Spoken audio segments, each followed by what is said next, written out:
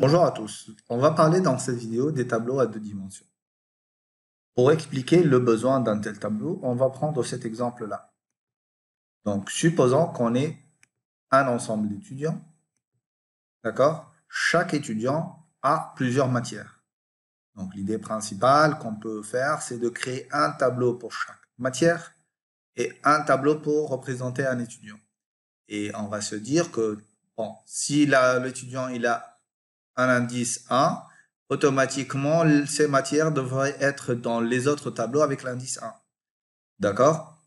Et après, avoir finalement un tableau pour calculer la moyenne de chaque étudiant. Sauf que ça reste très difficile à manipuler.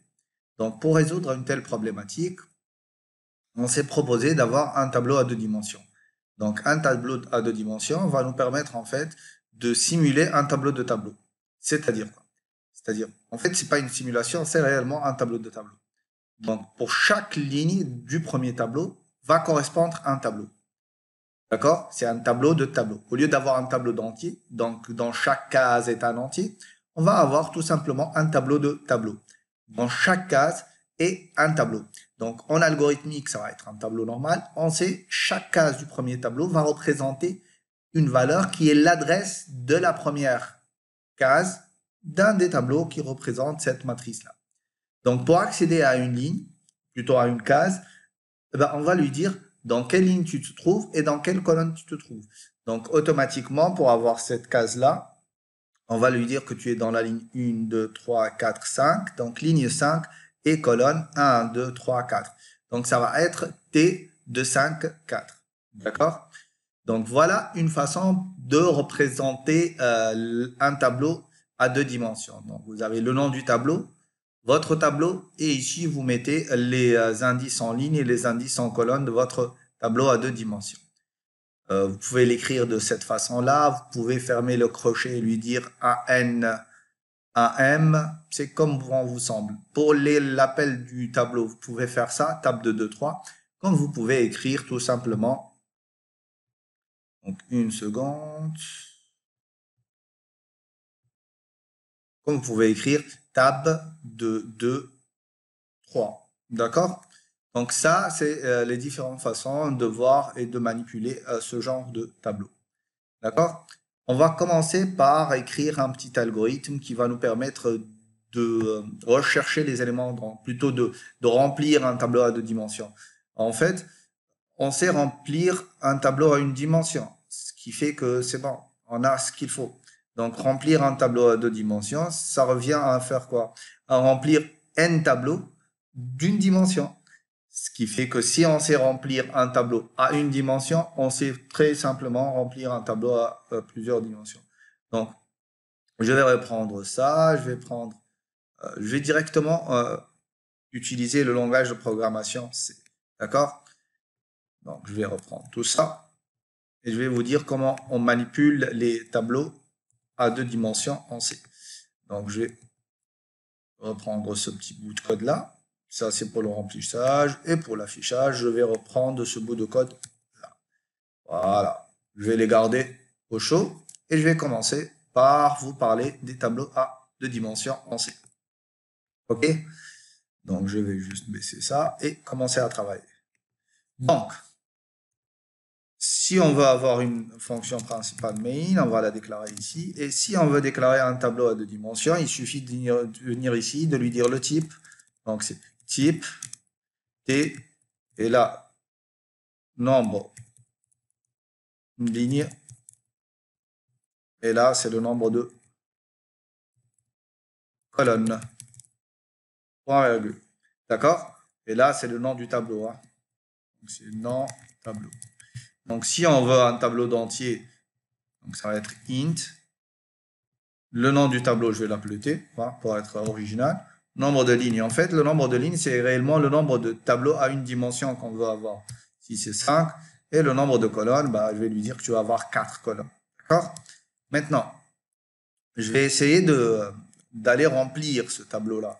Donc, je vais créer une fonction qui va s'appeler void remplir. On va garder le même nom, remplir tab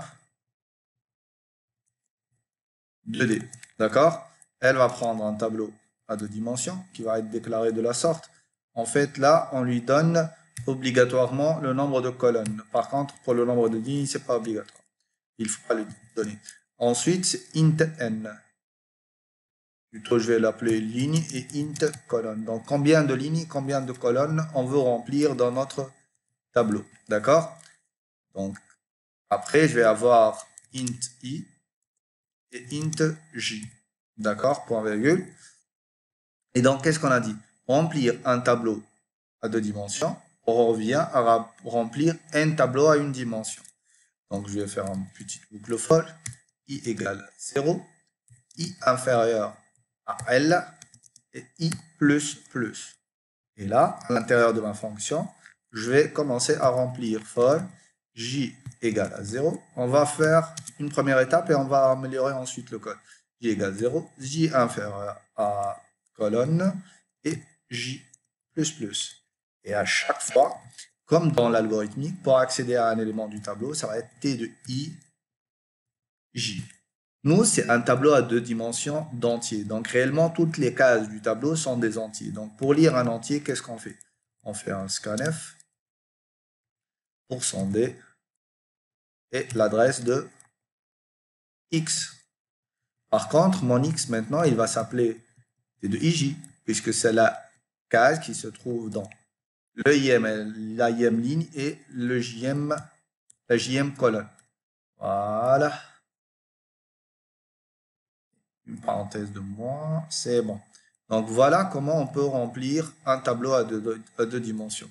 Je vais lui ajouter un petit printf. Je vais le couper et je vais venir ici lui dire printf. Veuillez remplir la %ième ligne. OK? 2 points, on va retourner à la ligne après. Et là, je vais lui dire i plus 1. Sauf que ce code-là, ça ne vous rappelle rien.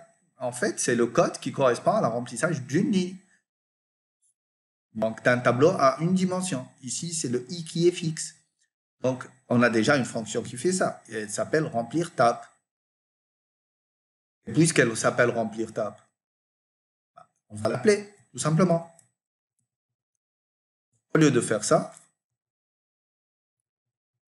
tout ça, je vais lui dire tout simplement, va m'appeler, remplir tab, et je vais te passer le ième tableau. Pourquoi le ième tableau? Parce que tout simplement, dès le départ, on a dit qu'un tableau à 2 dimensions, c'était un tableau de tableaux. Donc, chaque ligne de ce tableau représente un tableau à 1 dimension. Ce qui fait que T de I représente le ième tableau à 1 dimension de notre tableau à 2D. D'accord? Donc, si je reviens à mon image, l'exemple que je vous ai montré, donc ici, T de 0, ça représente cette ligne-là. T de 1, ça représente cette ligne-là. La preuve, c'est que lorsque je lui dis T de 0, de 1, c'est-à-dire que première ligne, première case, plutôt deuxième case, puisqu'on commence à 0 dans les tableaux, on sait. Donc, chaque ligne du tableau, c'est T de I. Donc, T de 0, ça c'est T de 1, ça c'est T de 2, ça c'est T de 3, etc., etc. Donc, gérer et manipuler un tableau à 2 dimensions revient à gérer et manipuler un tableau à 1 dimension, tout simplement. Donc, je vais lui repasser ça. Je vais lui passer C, qui est le nombre de colonnes à remplir par notre programme. D'accord? Maintenant, ça, c'est la partie remplissage. Maintenant, on peut lui dire, donner la case numéro %d. Comme ça, je peux avoir un meilleur affichage. D'accord? Maintenant, on va afficher ce tableau à 2D. Mais c'est la même logique. Afficher un tableau à 2 dimensions, donc affichage, afficher plutôt tab 2D. Afficher un tableau à 2 dimensions, ça revient à faire quoi? Je vais reprendre la même signature. OK? Et je vais avoir la même vision, le même raisonnement logique. Afficher, ici, on n'a plus besoin de qui? On n'a plus besoin de J. Parce que tout ça, ça va être géré au niveau de la fonction remplir tab qui va me remplir toute la ligne. D'accord? Maintenant, afficher un tableau à 2D, ça revient à afficher un tableau, L tableau dans notre cas, de 1D. Donc, je vais juste faire une petite boucle. Ça va être la même boucle exactement. La seule chose qui va différencier, c'est quoi? C'est que ici, je n'ai pas de printf. Je ne vais pas appeler remplir tab, je vais appeler afficher tab, tout simplement. Et là, je vais ajouter un petit printf anti/n pour retourner à la ligne. D'accord? Et là, automatiquement, il va m'afficher la IM ligne. Moi, après, je vais lui dire, bah non, c'est bon, tu vas retourner à la ligne. Comme ça, il va m'afficher tous les éléments une par une. Donc, par contre, juste dans la fonction afficher tab, au lieu de faire ça, bah, je vais juste afficher %d et une petite espace. Il y a un %d /t pour une petite tabulation. Et là, je vais lui dire, bah, tu vas m'afficher le T de I. D'accord? OK. Donc, on va essayer et tester notre programme. Voilà notre main. Je vais lui dire ici remplir tab 2D de 3, une matrice carrée. Après, je vais lui dire afficher tab 2D de qui? De T 3, point virgule. Et là, on a juste oublié de lui passer le tableau. Hein. Et voilà. Là, c'est exemple tableau 2D. Algo et C. Voilà. On va compiler, on va exécuter ce petit code-là. Là, il nous dit qu'il y a un problème quelque part. On va voir c'est quoi le problème. Expected crochet, il y a quelque chose qui manque. Donc voilà, ici, on a juste besoin de fermer ça. C'est le problème des copier-coller et ça marche. Donc ici, on lui a dit 3, 3. Donc je vais lui dire 2, 4, 5, 7, 8, 6 et 22, 55 et 8, 8. Voilà, 2, 4, 5, 7, 6, 8, 6, 22, 5, 5, 8, 8. Et là, on se rend compte, en fait, que manipuler un tableau à 2D, c'est manipuler L tableau à une dimension. Si on sait manipuler les tableaux à une dimension, automatiquement, on va savoir manipuler les tableaux à 2 dimensions. Après, les boucles imbriquées qu'on fait, on va fixer la ligne et parcourir toute la ligne et ensuite aller à la ligne suivante. Donc, c'est un raisonnement aussi simple que ça. Il suffit d'avoir cette abstraction et de réfléchir qu'un tableau A2D, c'est un tableau de tableaux. Et là, on peut le gérer tranquillement. Voilà, merci.